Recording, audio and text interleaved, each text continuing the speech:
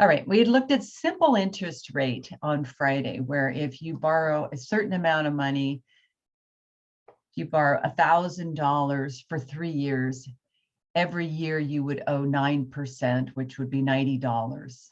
The second year you'd owe 90, the third year you'd owe 90. No one uses simple interest except maybe family members, if that, okay? Because it ends up being a lower interest rate, all right?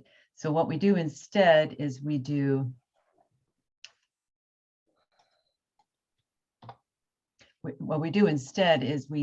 compound interest. And so we say, you borrow 1,000 for 3 years. How much interest is earned the first year? You already did that, $90. How much interest is earned the second year? Well, you haven't paid back the $90. So now you're going to be borrowing that first 90 that you haven't paid back, and you need to pay interest on interest. All right. So that second year interest is $98. It's not 90 because the base that you're applying the 9% to is no longer 1,000, it's 1,090. All right. When you start year 3, you owe 90 plus 98.10.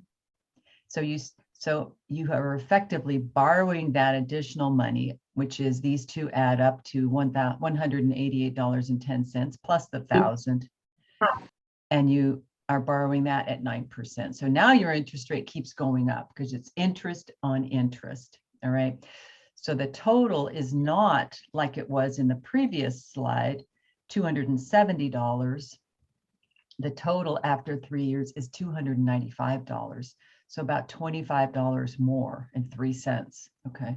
So compound interest, interest on interest. Now it's true, if you paid your interest portion annually, it would be simple interest. But if you borrow money and you're going to pay it at a single point in time in the future, it would be compounded. Okay, so we did that on Friday and we practiced this. All right, but now it's faster to use the future value, present value tables. Okay. So let's take a look at them. They start on page 68 in your course pack. So page 68. I can bring the chat up. And they look horrible, okay? I'd be the first to admit there's too many numbers there, but that's just how it works. Okay. All right. So bottom of page 70. I want you to fill in that box, or if you've already filled it in, fill it into the side. Okay. So imagine a line, a time going by, year 1, year 2, year 3. Imagine that line, and you borrowed in today's dollars, $1,000. You're paying 9% interest a year. N is the number of periods. Now, typically we think of N as annual, but it could be that it's monthly, could be for a period of months. So you have to figure that out too. So for now it's annual. Okay.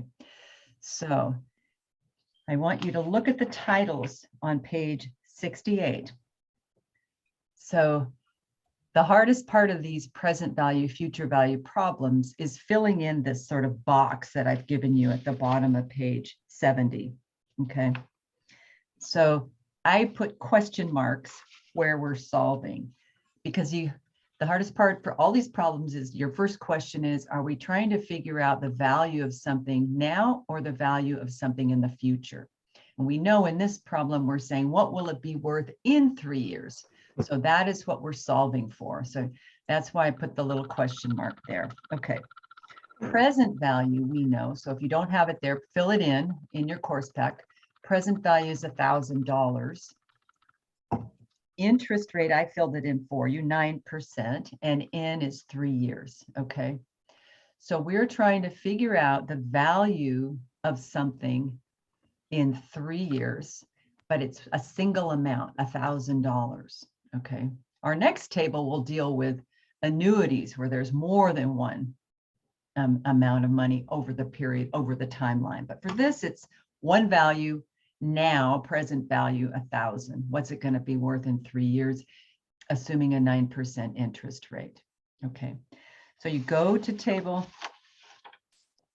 you look at table If I can bring that up. Yeah. Look at your tables in your book, and I want you to go to 9% here and 3 periods here and look at the intersection. And you'll see that factor 1.295. And that number should be vaguely familiar to you. Okay. All right. So come back to page 70 and fill in your table with that factor. We call this a factor. Okay. Come on, come up for me, would you? There we go. Okay. So our factor, fill that in on your table. Fill in table 1. So this is going to be your example of how we solve a future value problem for a single amount. And there's 4 tables, so we're going to work through 4 examples. Okay. Everybody there with me? So then we would take that factor 1.295, multiply it by 1,000, and that would be our future value of $1,000 in 3 years at 9% interest, compound interest. Okay, does that make sense to everybody? Any questions on that? Okay, so we could have done this the long way, which we did on Friday, where we did each year separately. Year 1, $90. Then we had to recalculate the money owed. Year 2, recalculate the money owed year 3, and add them all up together and get the 1,295.03. Or we can just use the tables. Okay. Or you can use a calculator that does present value and future value. Okay. I struggle with the calculator as a teacher because I think you get into kind of a, I think you visualize the numbers better when you walk through them with the tables. And then once you're really comfortable with how the tables work, you can switch to the calculator. And of course, for those of you that are majoring in finance, it's all about present value and future value, okay, and a lot of other things. Okay. So let's do the story again. Your grandma gave your parents $20,000 when you were born for college. 18 years later, what is the future value of 20,000? With 2 question marks. What is the future value of 20,000? Assume your parents invested it in an account that was averaging 6% return per year, interest rate, okay? All right, so top of page 71, do this problem and tell me the answer. I didn't give you a box to fill this in, but you can just do it there on the white space there. So direct message me what you think is the answer. What is the future value of $20,000 at 6%, 18 years?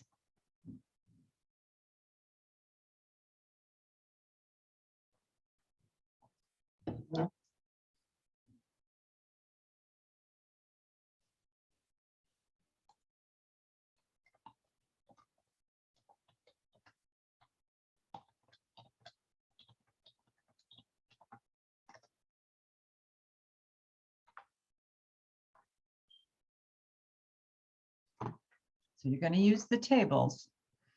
So what is the future value?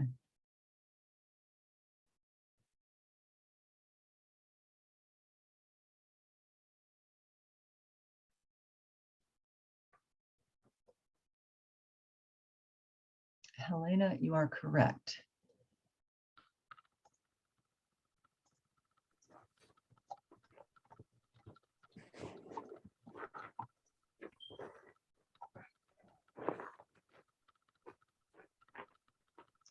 Wacy, you are correct. So on the test, will we get the tables? No, you have to memorize them, Bryce. Yes, you will get the tables. Okay, thanks. So, I'm being snotty, sorry. All right. 20. Oh, Alexis, it's 18 years. 18 years and 6%. Yeah, you're right. You're right. Ryoji, you're correct.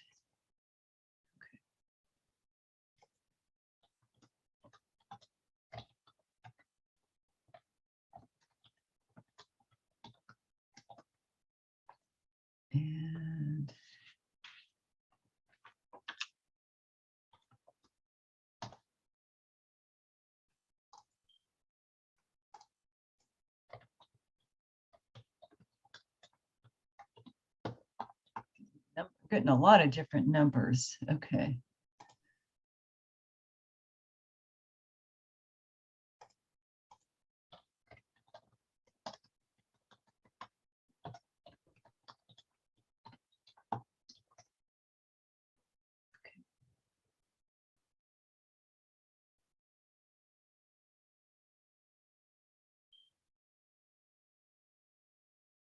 Alexis, you are correct. Okay. I don't know why, but I kept looking at the 9%. Yeah, it's 6%, 18 years. So table 1, what is your factor? 6%, 18 years.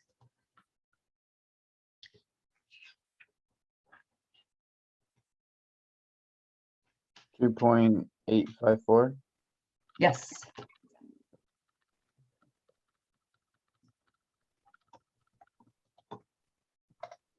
Okay. All right, so let's walk through the answers. So you're going to go back to the tables. You're going to say 6%, 18 years. 6%. Oh, mine doesn't show 18 years. So I have to go to the course pack.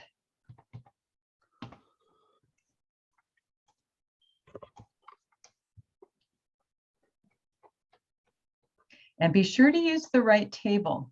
So label this table 1 because it's your first table. And it's a single amount, whereas this is, and we want future value, okay? So we're saying, what would this be worth in 18 years, okay? All right, so single amount, it always is $1 because it's a factor. Here we're saying future value, also future value, but it's an annuity. So we don't want to work with annuities yet. And if you don't know what an annuity is, I'm gonna explain it really quick here. So single amount, so 6%, we're gonna go down 18 years and it's 2.854 is your factor, okay? All right, so the question is, as we hop over here, oh, don't want that. Your grandma gave your parents 20 when you were born for college. What is the future value? So this is on your actual birthday. And they're saying, we're going to put it in this fund. It's going to earn 6% a year, some long-term certificate of deposit. So we're going to look at 18 years and I gave you the 6%, okay?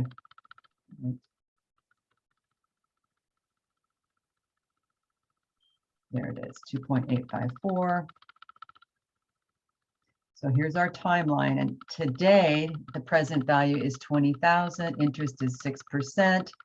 We're going to multiply the 20,000 times the factor. And we're going to get 57,080. Okay. Zachary, does that help or do you need more details? Yeah, that helps. Thank you. So, Wait, can you explain one more time for me? absolutely. So we're looking at a timeline. We should all be this fortunate. Your grandparents give your parents $20,000 on the day you're born, and they say, we want to help pay for college, and you can invest this money. And in fact, we're going to open an account for you, and it's going to earn 6% per year. Your son or daughter is going to go to college in 18 years, and that will grow if it at 6% per year. Okay.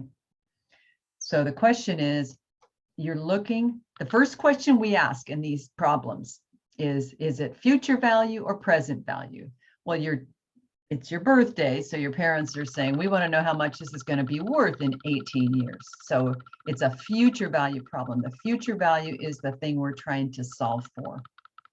Okay, so present value we know, interest we know, in number of periods is 18 years. So we're going to look for the intersection of 6% and 18 periods. So we're going to go to the tables, and you've got 4 tables. So you've got to know which one you're working with. So the first 2 tables are future value, and they are on page 68. And the second 2 tables are present value, and they are on page 69. Okay. So the question is, lift the factor from the table and multiply it by the known dollar amount. And the known dollar amount in this case is present value. So we know present value, so we're solving for future value. So here we go. Future value, intersection of 6%. And I did not write 6% in your course pack, so I'm just giving you that number so you can write that in. Okay. So we go 6%. How many periods are we earning interest on that? We're earning interest on that for 18 years, 18 periods. So we come over here and we get this 2.854, and we call it a factor, okay? So the factor is the value of the interest over at 6% for 18 years, okay? All right. Does that help, JR? That was me, but yeah, that helped. Oh, it was also JR.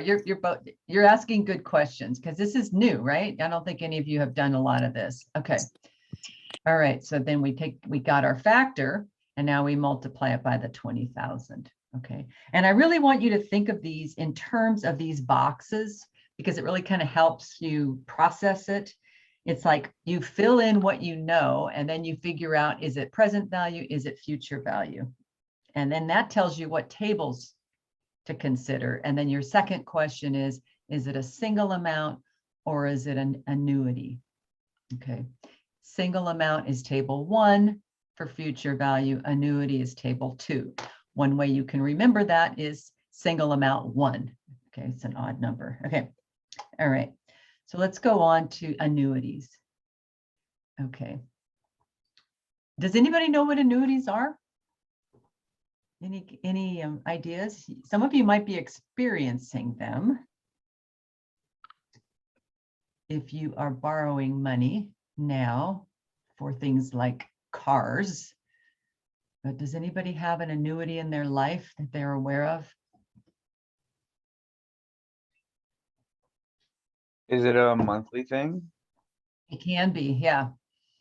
So examples of annuities, a series of equal dollar amounts that you either pay out or the company either pays out or that the company receives. So a series of equal dollar amounts. So for example, let's say you had $1,000 in a certificate of deposit. Okay. It's just a type of savings account that banks have. It's a locked-in interest rate. And let's say you just leave it in the bank and once a year they send you an interest check, $60 a year because it's always 6%.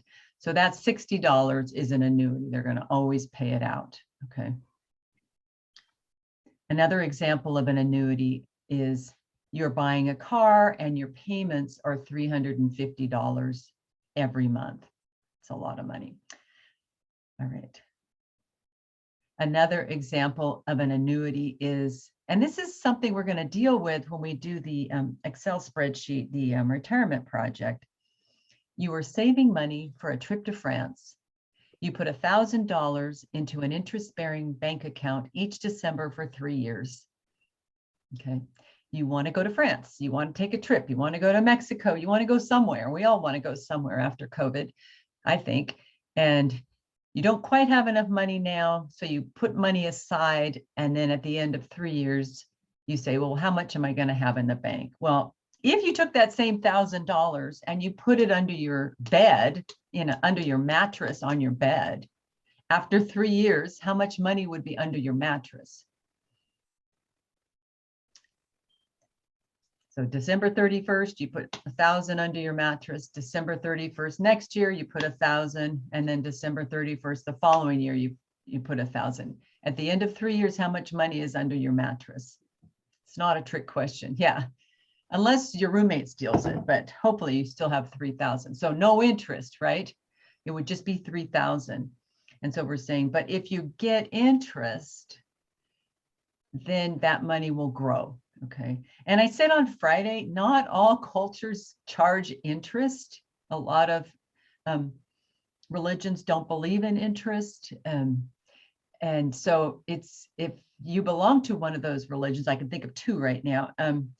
This is a really new concept for a lot of people. So just roll with it. And I would love to have a conversation with you about that if you feel like it, because I think it's just fascinating what that would do to economies if we didn't charge interest. I'm not sure it's all bad. All right.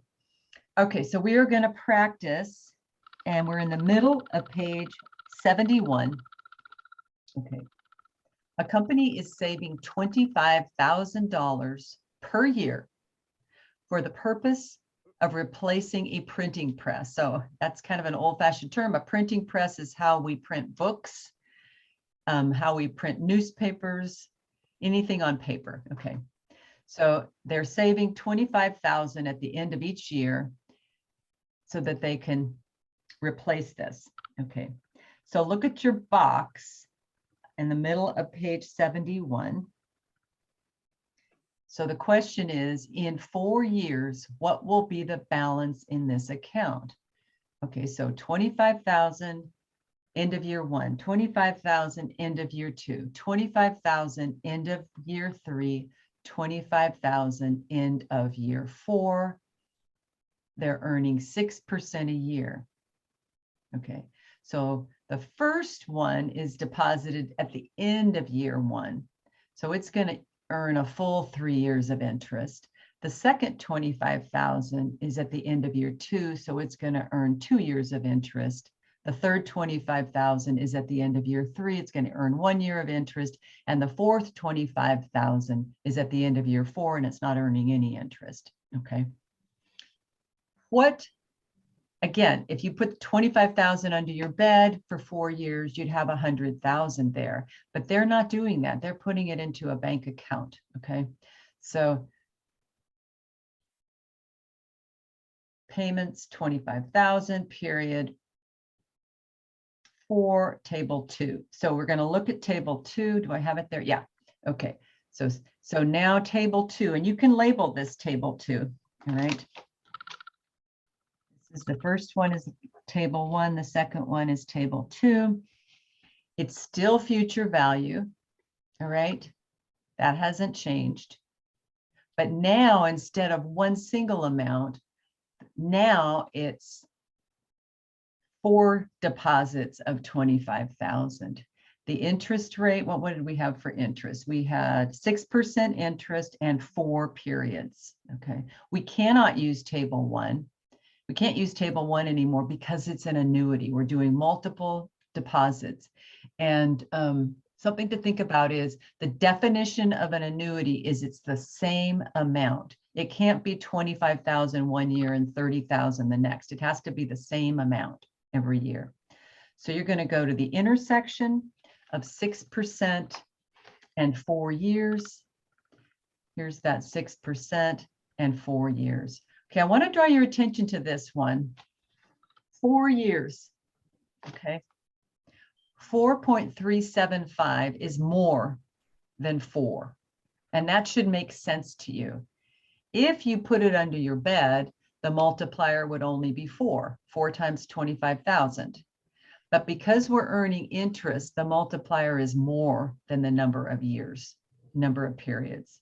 Okay, now the term ordinary annuity means it's being deposited at the end of the year. Okay, so we multiply 25,000 times 4.375 and we have 109,375. Okay, any questions on that one?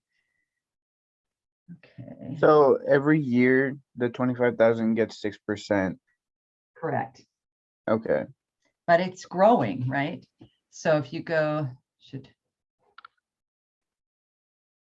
okay, that's, hang on, let me fix that slide. That's going to be a little misleading. So it's at the end of the year.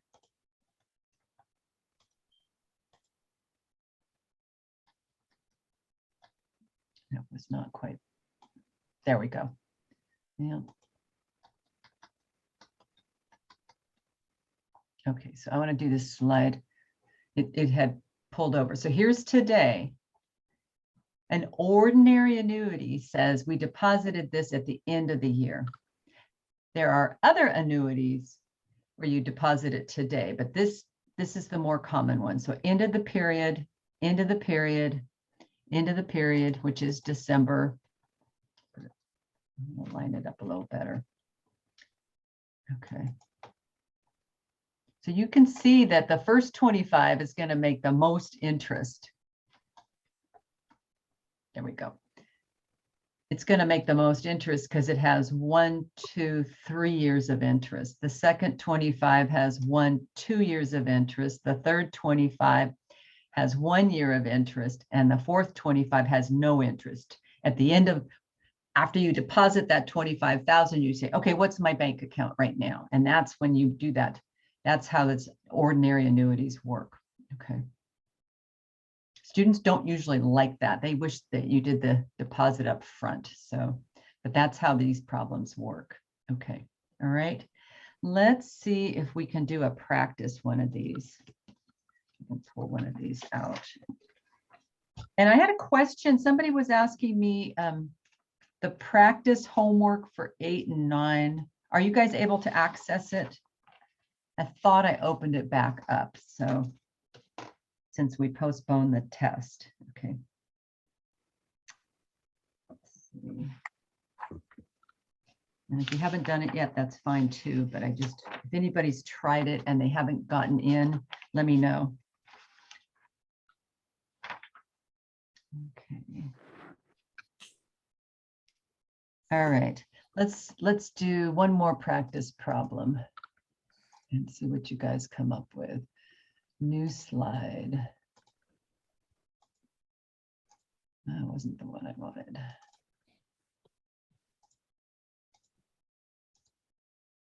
Okay. All right. You win the lotto. Oh, no, that's not good. Sorry, I'm on the wrong ones. I want an annuity. Nope, I'll come back to that. The lotto is in the next one. All right. So now I want to talk about present value. And present value is where you say, that's the lottery question. What is money worth now rather than waiting for money to be paid in the future? Okay. Okay. So here's a good example. What do I have to put in the bank now to have $1,000 in 1 year? So let's say somebody gives you Christmas money or birthday money or some celebration money. All right. And you want to spend some right now. You want to have a treat right now, you know, new earbuds or something, but you also want to save some. Okay. So you say, and we are now at the bottom of page 71. So you say, what do I have to put in the bank now? I want to have $1,000. So fill out the box here. So you'd say present value, and I've got the answers here. Present value is the question mark now. That's what we're solving for now. So Micah, we're going to take, so Micah has a good question. He says, doesn't inflation play into some factor? Absolutely. So we're going to talk about that as well. But we're just right now working with our interest rate. Okay. So present value is what we're solving for. Okay. Interest rate is 10%. So go ahead and fill that in. Number of periods is one year. And at the top on page 71, it says, on the top on page 71, future value, we know future value. We want $1,000 here for future value. So interest rate is 10%. Number of periods is 1. It's present value of a single amount. I want to put money in the bank today, and in a year, I want it to grow to $1,000. I already know my interest rate. It's 10%. What's the minimum that I have to put in, or the exact amount I have to put in? Okay, so here we go. So let's look at your tables. So let's go back to your course pack and look at your tables. Now we're doing present value. So label this table, table 3, present value of $1. And we only have 1 year, so it's 0.909. That's your factor. It's less than 1, right? That should make sense to you. It should be less than 1 because we're saying it's going to grow to 1,000. So if it was 1 or more than 1, it would mean you'd put more money in now and you'd lose money. Okay, so it has to be less than 1. So load in your factor 0.909, leading 0.9090. Future value we know is 1,000, and so present value is going to be equal to $1,000 times 0.909. And I think the table only went out, I don't think it went out that many decimal places. 0.909. Let me update that. Some books go farther. 0.909. Okay. All right. Does that make sense? Put less money in now, it'll grow to 1,000 if I get a 10% interest rate.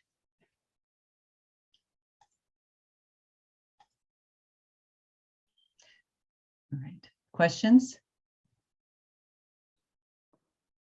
All right, so present value is also called discounting. It's worth a higher amount.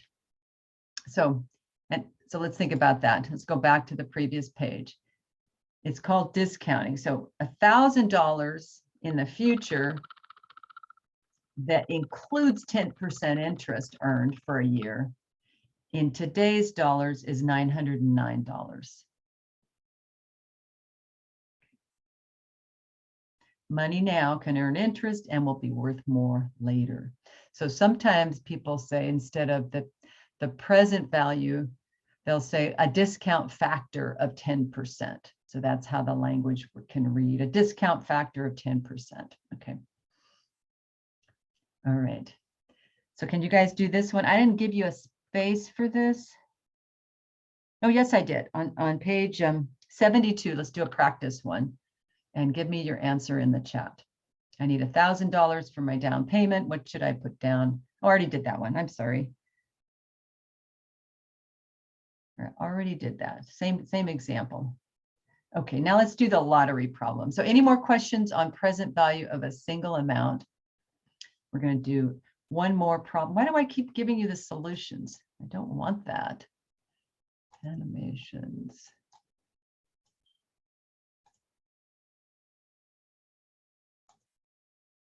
There we go. Well, I still got the solutions there. Okay. All right. You win the lottery and you have to choose between receiving $10,000 in 3 years or receiving the discounted amount today. Now that is not how the lottery works, but I made up this kind of lottery question, and then we'll do another kind of lottery question. So 10,000 discount factor, which I did not give you, is 8%. Okay. So you're going to go to your tables, you're going to go 3 years, 8%, 3 years, and you're going to get a factor of 0.794. Okay. $10,000, 8%, 3 periods, table 3, present value of a single amount, factor 0.794. Okay. And let's add another 0 there. How about that? So which one would you do? So this is a test of human behavior. Would you wait 3 years and get $10,000, or would you take the money today and get $7,940? Who would do which? I'll wait 3 years. Wait 3 years? Okay. I'll get it now Now, why? so that I could invest and like make more money. Then, yes, good logic. Make more money than what? Oh, like, well, I mean, I could make more money than like 10,000 over 3 years, like the percentage increase. Do you guys understand Micah's logic? So what is, go ahead, Yes. Zamzam. Yes, but I have a question for Michael or Mike. So the current market rate is about 7%. And if 7% over 3 years, I don't know if we need to calculate that, but I think the 8% is a little bit better than the 7% of the current market rate of stock market anyways. Or are you just talking about like the S&P 500, like the broad market? Yes. I mean, I feel like I could probably make higher than that. I don't know. That's the gamble, right? Yeah, You know, that's exactly, I think I'm just an impatient person, so I'd rather take control. and Bryce, did you say now as well? I didn't say anything, but yeah, I'd probably take it now. Kind of like same thing with Mike. I'm impatient and I don't know. We just want to try and put it in the stock market probably. Mhm, mhm. Yeah.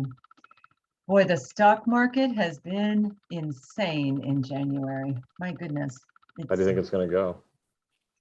You mean what's going to happen now? In Yeah, the like next- what's your 6-month or year outlook? My 6-month or year outlook. Have we reached the bottom? You know, they're saying this is a correction. And have we reached the bottom and will we go? And so what I was, a financial advisor told me last week that their company is looking at buying stock if this market stays low. So in other words, they think that it's a good investment to buy stock if the market stays low. So that is signaling to me that they think it's going to go up, right? Why would you buy stock if you didn't think it was going to go up in value? So Isn't the think- Fed increasing interest rates in like March? they are increasing in, and the same financial advisor that we talked to last week said their company is expecting 4 interest rate increases this year. So that's a lot. Isn't the last time they like did like interest rate increase like the end of 2018, and it like caused a huge correction in the stock market, and then like gold started going up like the 2 years following or something like that? Correct. Yes. So what does that mean for the average investor? So I think they lowered it right back down again. I think that's what they did. But do you see what Micah and Bryce are saying is we have a guaranteed 8% growth rate here, but they're saying I can do better than 8%. And Zamzam's saying, but the market is 7%, which is still really, really good. Why don't you stay with 8%, which is guaranteed because the market is 7%. So these are the kind of choices we have to make. And then the question is, you know, how soon do you need that money? You know, the general advice is, and I'm going to repeat this over and over, if you are trading money in the stock market, you need to be prepared not to spend it for 5 years.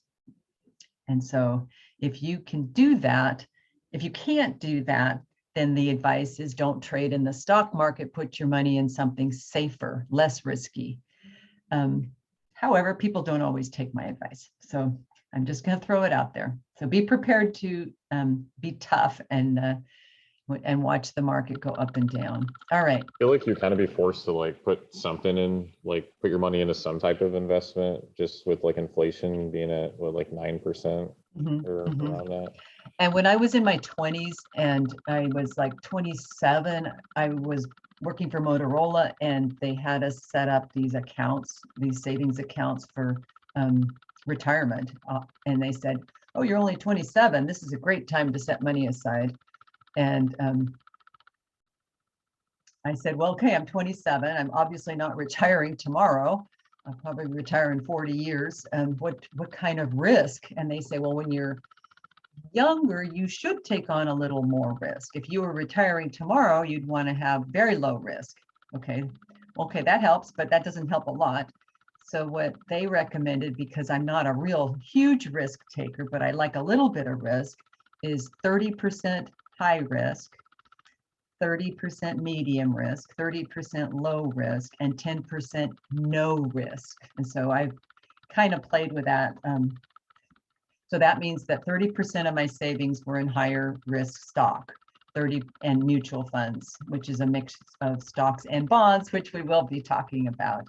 30% lower risk and so forth, medium risk and lower risk. Have we reached the bottom? I don't know, Zamzam. Our economy is doing fantastic. So the stock market behavior doesn't make any sense to me. However, so have we reached bottom? Who can tell? I think so, but I don't know. And I haven't read anybody that says we've reached bottom. So, okay, present value of an annuity. So for example, I need to buy a car. They offer me a 5-year loan. They tell me my payments are whatever, and I say, I'm a millionaire. I'm just going to pay cash today. I should not pay the same amount of dollars as I would if I were paying over 5 years. I should be paying less. Okay, so now we're at the top of page 72, and we're gonna, okay, let's, no, we'll do this one and then we'll take a break. Okay, I'm making payments. So this is not exactly a car payment because I'm doing it once a year. I could do it once a month, but it just is more math. Okay, I'm making payments of $1,000 for the next 3 years. If I choose not to pay on overtime, it's called on time, which means overtime, but I'll pay in cash today. What would they charge me? Interest is 10%. Okay, so they've done the math and they've said, we're going to charge you 10%. You're going to pay a total of $3,000, and that's going to include the 10%. Okay, for a total of 1,000, 1,000, 1,000 over 3 years. And I say, I don't want to do that. Just tell me how much I would pay if I paid the whole thing today. So you can see I'm paying $3,000 over 3 years. So if I pay everything today, you want to take out that 10%. Okay, so it would be less than $3,000. Okay. So this is a really good one to know how to do when you're buying a car. Okay, so look at the chart at the top of the page, 72. And we are solving for what? If I pay now, that's present value. If I pay now, that's your question mark. Future value doesn't play into this problem because we're dealing with an annuity. So you'll see that there's a spot for annuity, and you're going to put $1,000 in there. Interest rate is 10%, which, yep. In number of periods is 3. So you're going to go to table 4. You're going to look up the factor on table 4 at the intersection of 10% and 3 years. And then you're going to write your factor in on that box. And you're going to tell me what that money is worth. How much would I pay today?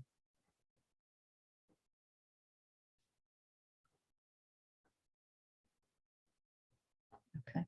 So if you know the answer, put it in the chat. But just a direct message. So we're going to look not at table 3. We're going to go down to table 4.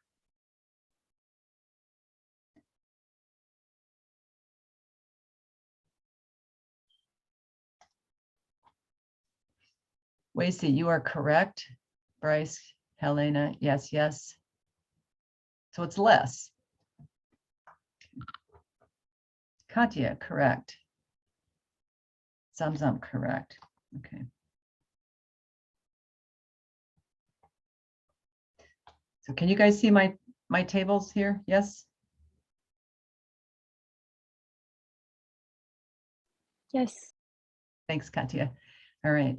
So the intersection of 10% and 3 periods is 2.487.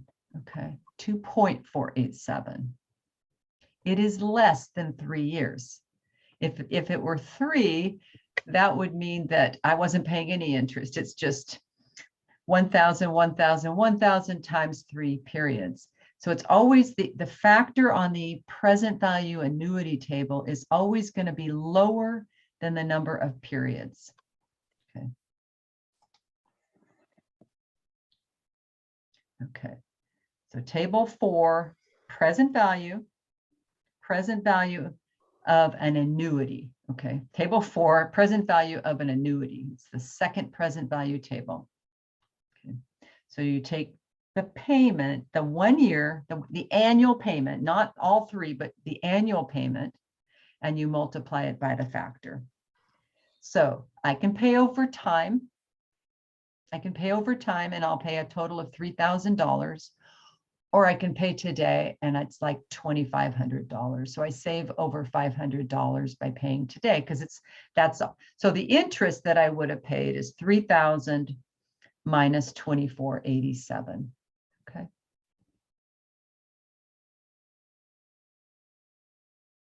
All right, let's take a 10-minute break.